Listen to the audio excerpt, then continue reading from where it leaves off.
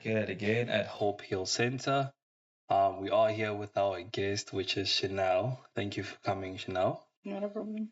100%. So, as you guys know her, she has been here before. But yeah, we are here gonna touch into about how her recovery has been, and just to give the young females out there a little bit of hope, you know, on her journey into recovery. Um, but yeah, before we get into how clean are you? 1 year, 2 months, and a few days. 100%. Congratulations. So yeah, we are gonna speak about what's been happening in this 1 year and 2 months into your recovery. Yeah. Um, but yeah, one of those questions that I want us to actually talk about is what are the challenges that you've been facing into recovery?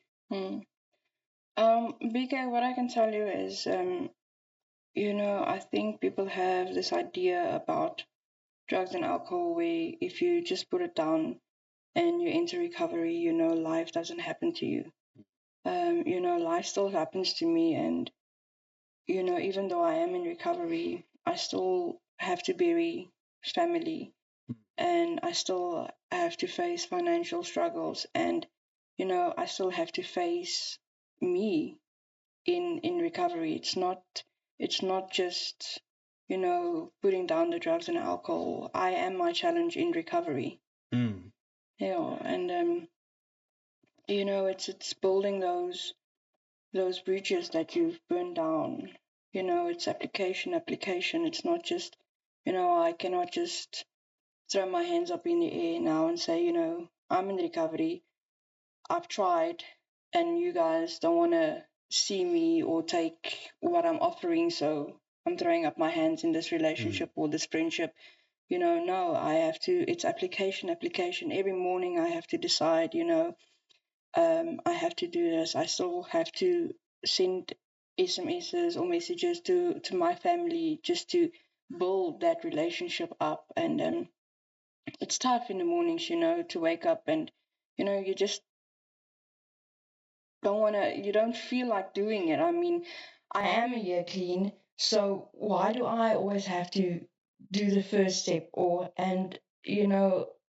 I just get to have that minute where I can look back and see, but 14 years, I mean, and 1 year, I think you owe them more than a year. So yeah, it's challenges like that. Yeah, 100%. And also, like, you owe that to yourself. Yeah, I do owe that to myself. As you say, 14 years. It's like, we don't want to do it, but we have to do it. It's just one of those things where, we do have a choice to go back to the old life or choose to, like, do the uncomfortable things, wake up in the morning, do what's expected, because I can tell you, like, from 14 years to this 1 year, it's not actually that bad. Yeah, I don't think it's that bad. I don't think when you look at that 14 years of active addiction, people, places, and things, when you compare it to, your life in recovery in this past year, things have been a bit different, a lot of things are more fruitful than, those active days because yeah, we we tend to be walking diseases. Let's just put it like that. Walking of destruction. Let me just put it like that. But yeah, I do understand that because I can relate to some degree. I've been in recovery for some time now with a little bit of clean time. I do understand. It's hard to wake up in the morning and also like try to do the same thing. You know, because days are not the same. Some days I'm chilled, I'm happy, I'm ready to do this, and then some days is like I don't want to do this, I want to do that, I don't want to do that, I want to do this. But then I speak to certain people into recovery, and they always remind me that you have the disease of forgetfulness. Don't forget where you come from. Yes. No matter how much you don't want to do it, that's when you should do it. I don't want to go to a meeting. Man, that's where you should go to a meeting. Actually, that's the day you actually should. The things you don't want to do them. it's the things you should be doing Yes. at that time, you know, regardless of how you feel or who pissed you off or how your day is, you know what I mean? You didn't sleep well, doesn't really matter, you know? And also that's just one of those things of being an adult. Mm. You know, because in recovery we move from being kids to being adults. You know, Yeah, we start doing definitely. adult things. If Definitely. that makes sense. But yeah, you know, like another question, like what still follows you, you know, from your active life in recovery, like BK, what still follows me, because I had a master's degree in stealing, you know, so when something does go missing, even though I'm visiting or if someone leaves money just openly like that, I get uncomfortable and my mind starts obsessing. You know, I'm not the only person in this house. So what if that, $100 or what got taken or whatever, and I'm in the house and, my mind starts playing it out, creating scenarios. They're going to think it was me because that's what I used to do. And, even though I am here clean, I still get asked, what are you doing? Why were you there? Why, what, how? So I already become uncomfortable and I just want to leave. Whatever conversation or whatever, I just want to leave, or I just want to tell that person, just please put it away. Not because, I have this urge of stealing or whatever, just the mere fact that, it's been my pattern, it's been my way of life for as long as I can remember. And so that really still follows me, and I'm ready. I'm already ready with a reply if something would happen. And then that's most of the case that nothing even happens. But I put myself in a headspace that I'm obsessing and I'm overthinking and creating scenarios and actually just not enjoying that moment. Um, in my brother's house, I don't even go into their bedroom.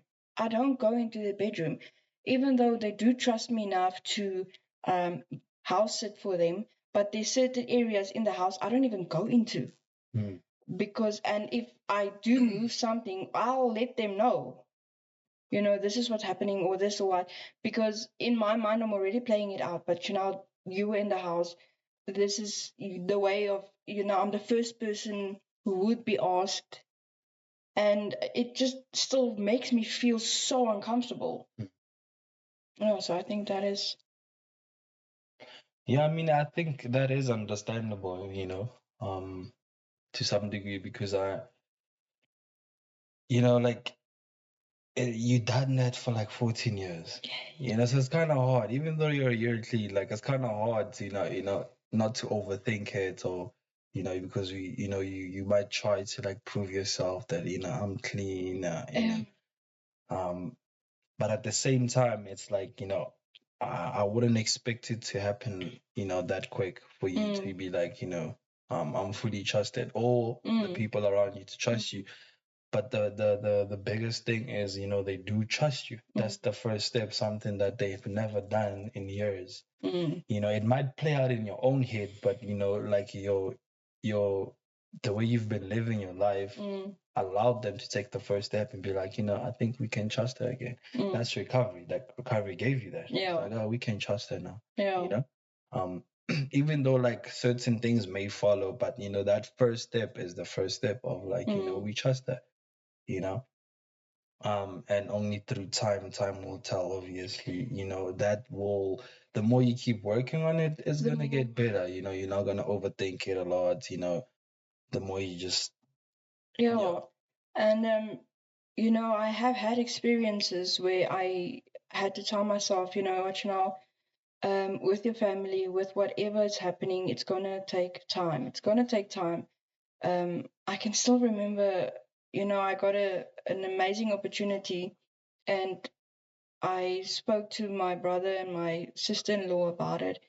And this being in recovery for 1 year, doing the next right thing, being there when they call to go babysit or house sit, I was there. They could just give me a message and I'll be there. And after a year clean time, I got this amazing opportunity, and I spoke to my family about it.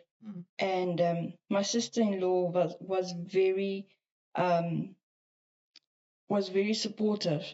But my brother, the first thing he told me was, "You're busy with shit now." I'm sitting there. How can he say that? I've been a year clean. I mean, but sitting with that, I came to the understanding, but that is what I've been given him for so many years. Yeah. That is what he got from me. So for him to get something different, it means that I needed to do something different. And I could actually say, you know what, I understand. And only through time will he not tell me that you weren't busy with shit. Only through time will he tell me, okay, you know what, I support you with your decision. And he told me that, and he told me, and I told him, you know what, thank you for making the decision to bring me to rehab. And this was also after a year clean time, and for making the decision to save my life. And he said to me, words don't mean anything to me, actions. And I'm like, I've been 1 year clean. What more do you need? But it's what I've given him for so many years. Yeah, because as much as we get into the program, we go to like rehabs and stuff like that, right? We come to realize that also our families need the same help. They might not need a program like us. I would suggest a program, but they wouldn't. But um, yeah, they also need some healing to do because as much as we've gone through a lot of things, done a lot of things, they also need that healing. Even like stuff that happened from like years ago, it might play out in future. Certain things that you might do might trigger them to some degree. Because we were fortunate enough to come into a facility, to a rehab, and deal with these things, sit with counselors, psychologists, whatever the case is, and get that help, you know. But yeah, they also need that. They also need that, and we just have to be patient with them. The one thing that my sponsor, that he loves bringing into my space is, and he loves saying it, is that, they were so hardcore, they were so strong that they didn't need any substances to get through anything. So I put them through a lot, but they didn't go and use, or they felt that feelings raw. They went to that experience raw. Yeah, then they never ran away from anything. No. They always used to like face like hectic stuff sober, and yeah, it's kind of hard to actually think about how they used to cope with every single thing that happened. And that's why I always say that if you still have family out there, if you still have support out there, cherish those people, because those people are going through a lot, honestly. And they just giving you love. Appreciate them while they're still there. And if you need help, ask for help. They will help you, because you can never know when they will not be there anymore. And that's just how it is. That's has been part of my experience, is that utilize the people that are in your life while they're still there. So from your side, like, what is the best advice you've ever got into recovery? One thing that my sponsor brought into my space, and I love using it, and it's been a tool of mine for the last year and 2 months of my recovery, and that is, Lord, bless him, change me. In any situation, any argument or any altercation that I got, because I would want you in my active, or even before recovery, I would want you to see your part, what you're doing wrong, and what you're saying now and how you're reacting is so wrong. And that goes hand in hand with, accept, surrender, and pray. Also, what the advice that, and suggested in our program. And, that I'm also, by me saying, Lord, if you're acting like a complete ass, I have the opportunity to engage, or I just have the opportunity to say, Lord, bless him, change me. I walk away and I know that I am powerless over people, places, and things. So I love that advice, and the advice that I got in this program is actually the tools that I've been using. The program told me that they will love you guys told me that you will love me until I love myself. And easy does it, and let go and let God. Those are the things that I've been using in my recovery. So, but the best advice that I got was, Lord, bless him, change me, and accept, surrender, and pray. Because I would just take everything and put it in my bag and just go on with life. I wouldn't deal with it. I wouldn't, digest it, or even I didn't want to go through it. I just put it in the bag and then I go. And then everywhere I go, every opportunity I get, every new workplace that I get into, those things just comes with me. Every relationship I got into, I would make that person pay for everything my previous relationship. I would make my current partner pay for the things my ex-partner used to do. And accepting and surrendering, praying, letting go, being powerless over people, places, and things. I just had the opportunity just to take everything out of that bag and just let it go. And my life is just so much lighter since I've been doing that. You mentioned like the most important principle, like to me till today. You said surrender. That principle played a huge part in my life till today. That's why, like, when you said surrender, I wanted to ask you, like, how has surrendering played a part in your recovery or in this journey at this moment? When I got into rehab, counselor told me, that when she shared, she had to get out of the ring with Mike Tyson for her to win the battle, for her to win the fight. And you know what? For me, I always had a using problem. I was not an addict. For me, admitting that I was an addict would mean that I'm the lowest of the low, that I lost life, that I was worth nothing, that I was a mistake, that I was a failure, that I couldn't even, beat addiction. I had to go to rehab, and going to rehab for me meant that you are the lowest of the low. And it's in rehab, in recovery, that I realized, what, I always wanted to beat stuff, beat recovery, or beat addiction, and beat the fact that I'm not an addict. I just had a using problem.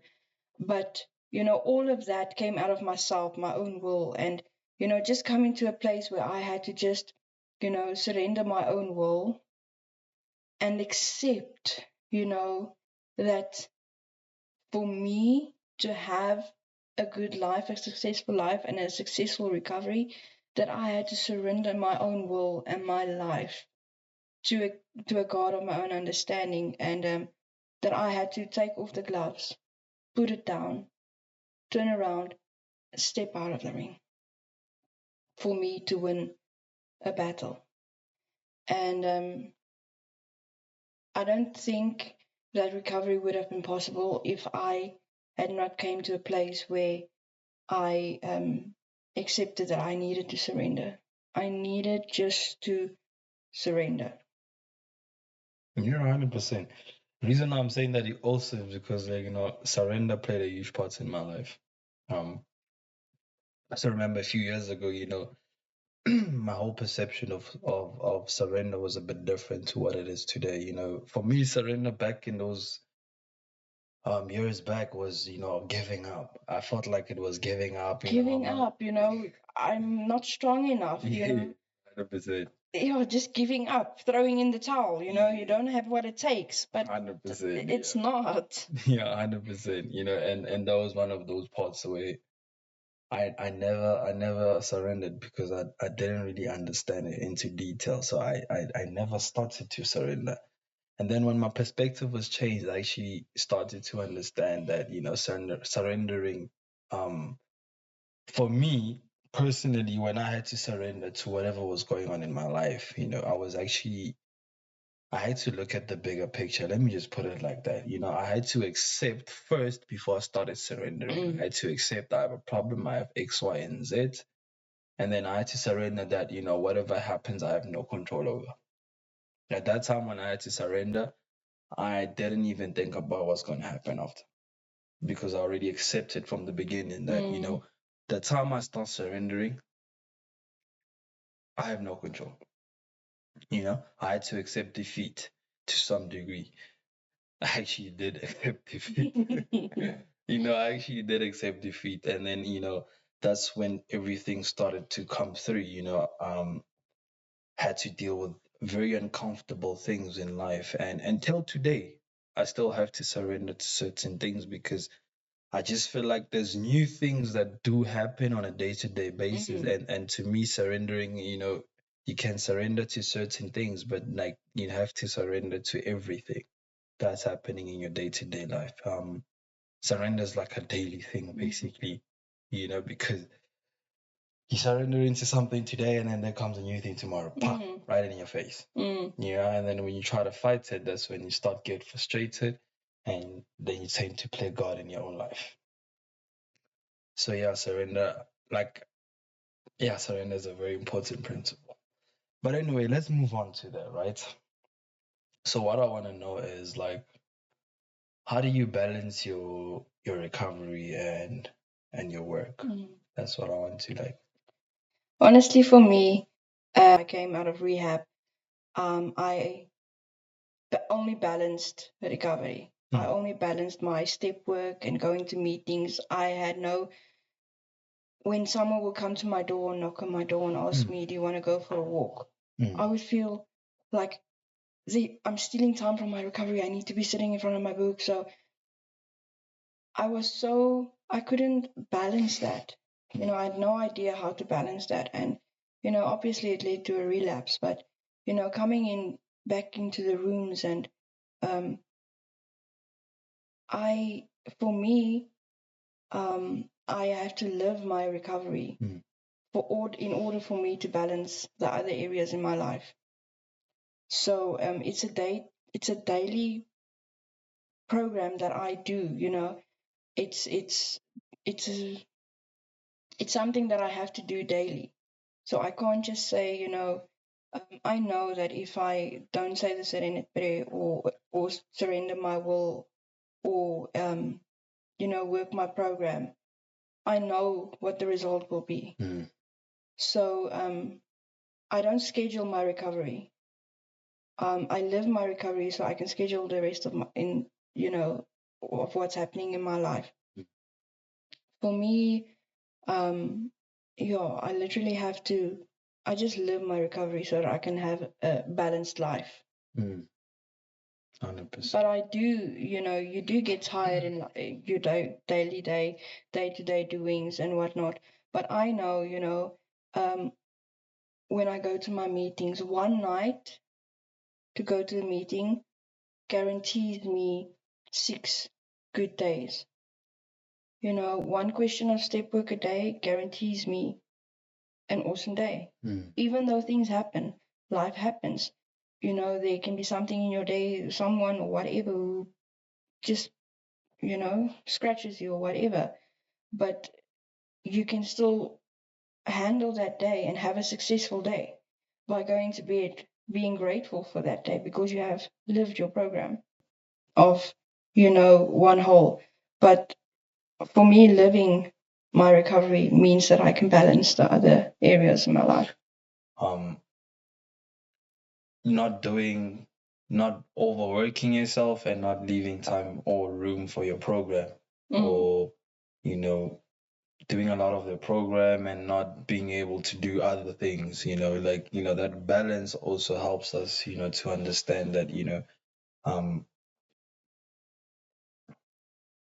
I can do certain things. I can work, and I can also fill my cup, with recovery. Because yeah, it is also important. But anyway, um, what is something actually that makes you feel hopeful, like today, like in this point in time? Yeah. Just the fact that I can be clean and sober here and right now. It also gives me hope for my future and a successful future and a successful recovery. And by successful future and life, I don't mean like earthly things. I mean, I have hope that I, can have a good day and a day full of hope and love and joy and thankfulness and a heart of gratitude. That for me is a successful life. For me to have hope, that whatever comes, I will be able to face it, with the God of my own understanding. And I have hope in the God of my own understanding. And I have hope in a program, that will help me, in my life. Yeah, 100%. Because hope does keep us, to some degree sane.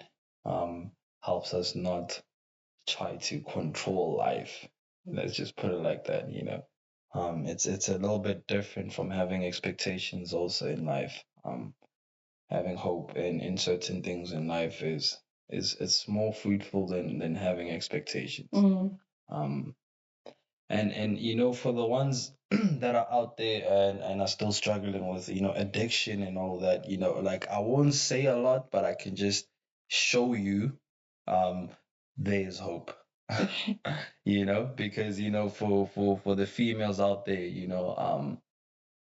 this is part of why Chanel is also here, to show you guys that there is hope, regardless of what you're going through. There is help, but you just need to reach out and put in the work. I see a lot of hope. For the males out there, here is hope. I'll be your hope. And yeah, and for everyone out there listening to this podcast, there is a lot of hope. I can say a lot, but I can just show you that I am hope. If you'd see me right now, um, it's a very different person than what you would have seen 4 years ago. Um, it's just a matter of fact that I reached out and I put in the work, and I've worked hard in these past few years. And you see Chanel here. She's still in a like just reached a year and 2 months, and she's also working hard, and then she still has a long way to go. As me, I still have a long way to go. It's a never ending thing. We focus on the journey and not the destination. The reason I also say that is, I remember one important thing that they told me, that if I had a list of expectations coming into recovery, I'll be cheating myself, um, and that I carried that throughout my whole recovery. Honestly, I tried to have zero expectations. Coming into recovery doesn't mean everything that I did is in the past is just going to be all good, and I'm in recovery and life is just gonna fall into my laps. It's also hard into recovery, but it's one of those things that you have to choose. Am I choosing to destroy, or am I choosing to build? Which one is harder for me? Recovery is, but it's a little bit more fruitful than active. One of the gifts that I've had into recovery, I never had in active addiction. you know and this is where I'm gonna go and ask you, like, how is the relationship with your family? Like, how is it? like right now into recovery? Right now in recovery, our relationship is the best it's ever been. Um, with my family, they were at a place where they were just waiting for a phone call to tell them that I'm dead. And now I enjoy so much talking to my sister-in-law, because the only time we would talk is when she had to reprimand me, or when I had a problem and she had to fix it. And now, now what we complain about is, life on life's term things, like we're tired today, or I can just talk to her about what's happening in my day and in my recovery and in my life and my workplace, and we can, make jokes about that, and we can, talk about my brother and make jokes about that. And so there's no more heaviness when we talk. There's no more that fear when I see my sister-in-law's or my brother's name on my phone.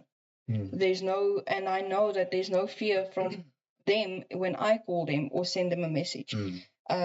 We talk every day. I made a point of it by, because my brother, I love my brother very much. And, but this is also, we conditioned him on to being like this. For instance, he would always say, I only hear from you guys when you need something. And I still get that, but I know that now he's making a joke, because I make a point of it by, my brother doesn't talk much. He's not a lovey-dovey type of guy. So just a message, hi Melissa Buti, I love you. And he would just say love you too. Or, and I get to do that now every day. And we get to arrange, schedule a time for us to be together, and I can go. We just last Saturday, I think it was last Saturday, no, the weekend before that, we could just arrange a time, go to Spur, just sit together as a family. Me being an aunt, I get an opportunity to be a sister now, and I just get an opportunity to be part of the family, not the problem, you know. So and what brings me joy is, and hope, is the fact that that I know that if they call me now, I'll be able to answer this phone. If they ask me for something, I'll be able to do it. If they ask me to babysit the kids, I'm in a position to be able to do that. And that just gives me a lot of hope and joy and gratitude, because I could never be the person they could depend on. I could never be the person who, would just be there.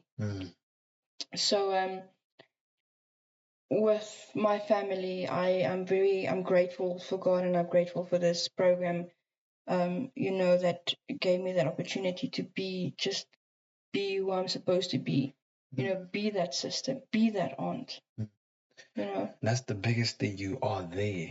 You are not absent. I'm there. From nothing, and that's actually cool, because in this program, if you put in the work, like you said, you get to be responsible, you get to be accountable, you get to be trusted, and all those things. And those are just, one of those beauties of this program, because for me, I think I've shared this before. I think I've shared this before about, being one of those people in the family, with the most less voice, to being one of the people that has the highest voice, not in a negative way, but also like nobody really used to listen to what I had to say, um, but being judged by what I was doing, not because of what I was saying. Even if I was saying something that was very important, like maybe they're struggling with something and I might say something, right? They won't listen to what I'm saying.